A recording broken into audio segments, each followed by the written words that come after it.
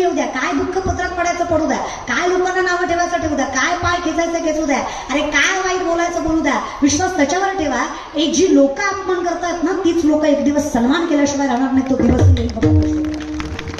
पण एवढं मात्र करा, जर चुकत असेल तर चुकलं हे मान्य करायची ताकद पाहिजे आणि बदलायचीही ताकद पाहिजे. सत्य त्यालाच म्हणायचं. कदाचित जर मी द्वैतात आहे, कल्पनेत आहे, तर ती बाधा आहे हे ज्ञान मला असावं. माझ्या सुखाला काहीच कुठेच काही होणार नाहीये आणि तो आहे ना जगाचा मालक, घालून या भार राहिलो, चिंता नाही करायची. आणि ज्या दिवशी मृत्यूचं भय वाटणार नाही त्या दिवशी समजायचं संतांची कृपा झाली, आता काळही आम्हाला घाबरवू शकत नाही. तुकोबाराय म्हटले, मी मेल्यावर माझ्या घरचे रडणारच नाहीये. रडती माया मोह रात्रंदिस, रडती माया मोह रात्रंदिस, ते रडते. बाकीचं नाही, कारण मी संसारात नाहीच ना. आयुष्य तसंच असावं. करून हे बघा, कुठलीच गोष्ट केल्याशिवाय होत नाही. आजकालच्या पिढीला वाटतं देव सुद्धा असा पिझ्झासारखा भेटावा, ऑर्डर केला की अर्ध्या तासात आला पाहिजे. नसते रे, हे जग असं आहे. तांगऱ्यावर विश्वास आहे पण बुक्यावर नाही. कल्पनेची बाधा, हे कळलं त्यालाच कळलं. लय अवघड काम आहे लोकांचं. इथे महाराज सुद्धा फॉर्च्युनर मध्ये आला तर हुशार आहे, चलत आला तर मूर्ख आहे. सगळं प्रचारावर आहे, देव सुद्धा प्रचारावर आहे. आता तुम्हाला काय गत सांगायची दादा? अहो, जी पोरगी वरातीत नाचते ती सुशिक्षित आहे, जी कीर्तन करते ती नालायक आहे. आता काय बोंब बघता का? अहो, ज्या साबणानं गोरं होतं ते साबण खपत नाही, पण ज्या साबणाच्या ऍडव्हर्टाईजला हिरोईन गोरी वापरली त्या साबणाचा खपच खप आहे.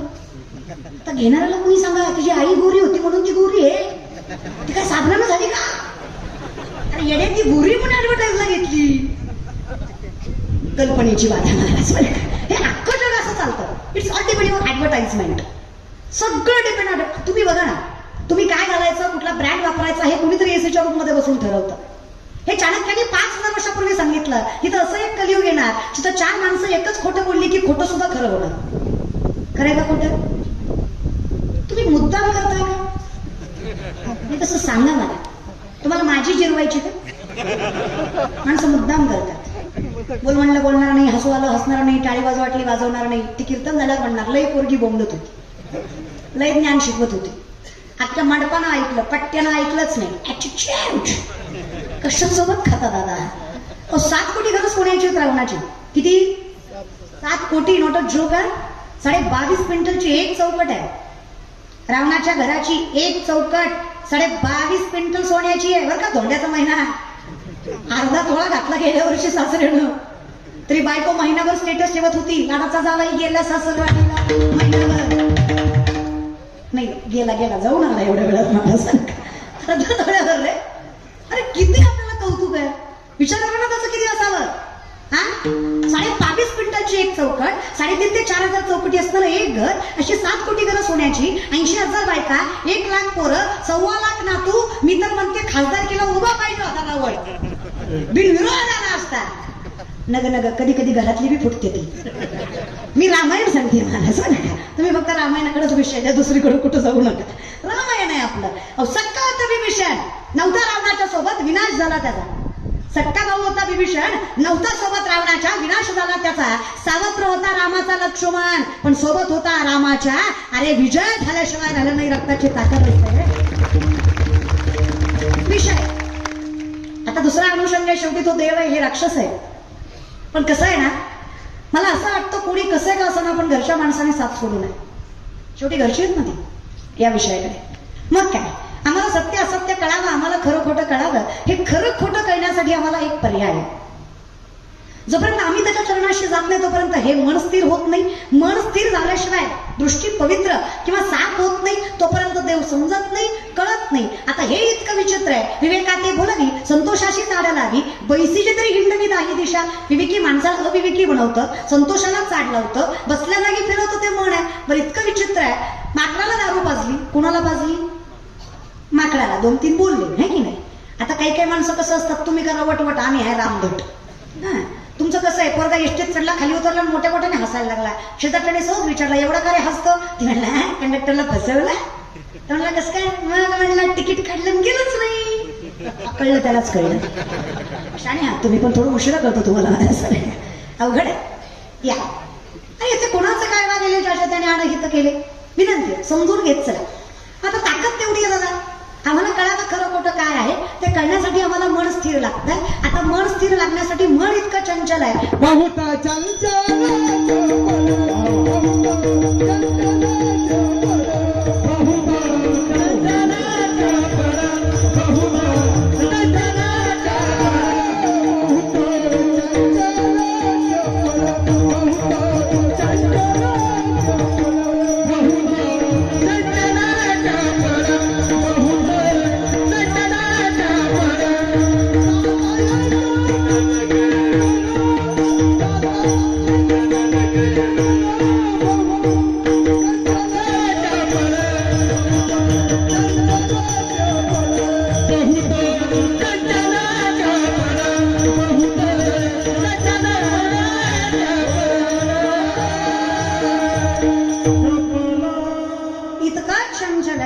चंचल चंचलतेचे 10 प्रकार मनोमत करो मेघो मारणी मदनो मरुत मा मदो मरकुटो मत्स्मकार दश चंचल असे चंचलतेचे 10 प्रकार. त्यातलं पहिलं मन किती चंचल आहे. वस्तुरूपी सांगायला गेलं तर माकडाला दारू पाजल्यावर त्याला विंचू चावल्यावर त्याची पाठीमागं बोत लागलं. माकड किती चंचल होईल.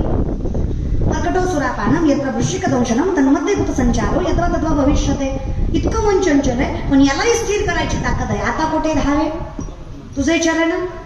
अहो तुला पाहिलं ना आवडे हे रूप पाहता लोचन रूप पाहता सुख झाले हो. मग सुखाची व्याख्या काय आहे. कल्पनेची बाधा न हो.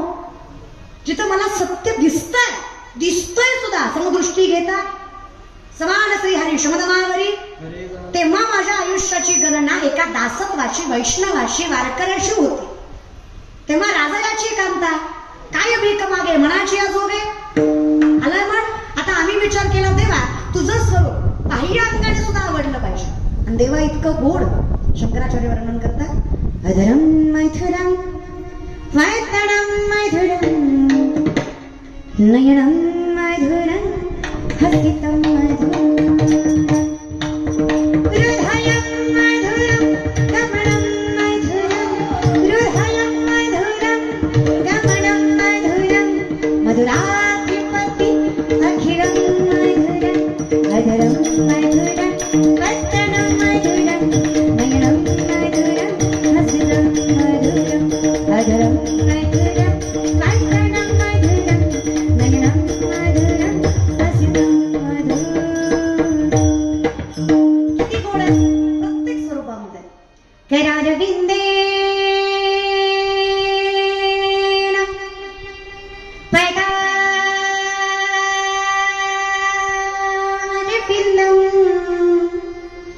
मुखारविंदेन विनिवेशयन्तं वटस्य पत्रस्य पुटेशयानं बालं मुकुन्दं मनसा स्मरामि श्रीकृष्ण गोविन्द हरे मुरारी नारायण वासुदेव. बोला गाडी श्रीकृष्ण गोविन्द हरे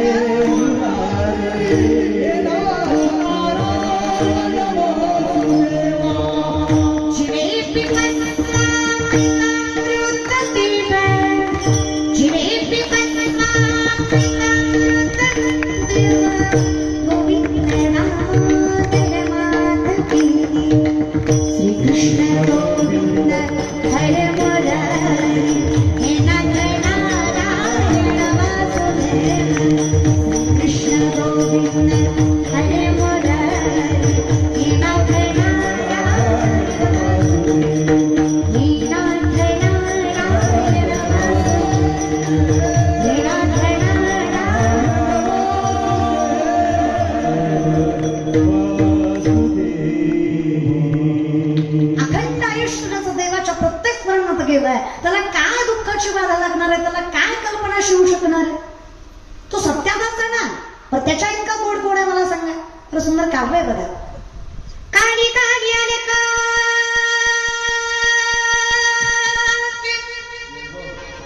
काली काली आले कोके फंदे क्यों डाले हमें जिंदा रहे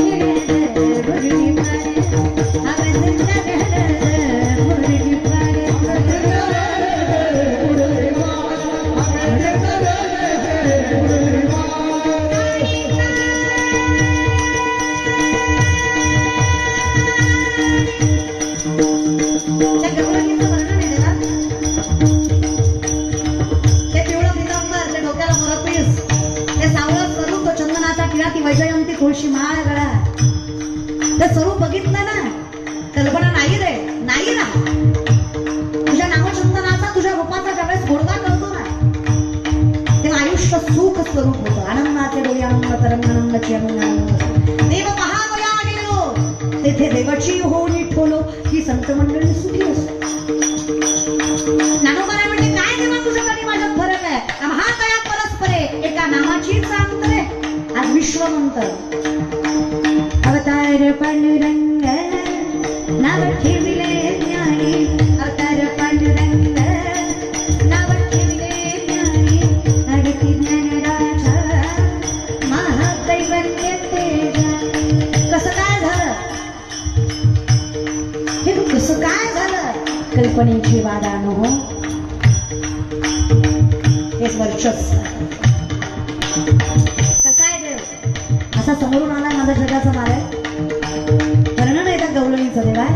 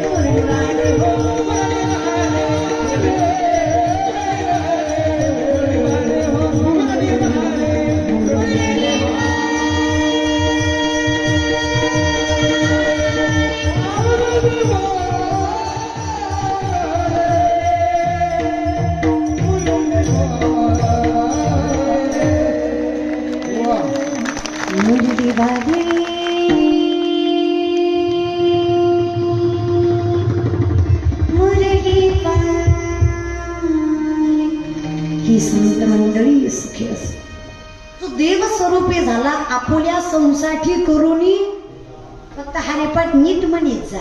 आपल्या सेवेसाठी नसतो रे दादा, संसाठी असतो. सेवा कसा देव करेल?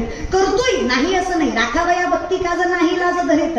पण माऊलींचा वर्णन आहे संसाठी. सं याचा अर्थ सारखं. मी देवाकडे गेलो, देवानं मला देवासारखं केलं, मग कुठे कल्पना आणि असत्य राहिलं? मग हे ज्याचं झालं व्हावे तया, हा अभंग त्याच्यासाठी आहे. आणि आता आणि ज्याला नामचिंतनाची आवड, अरे देवाचं रूप गोड लागावं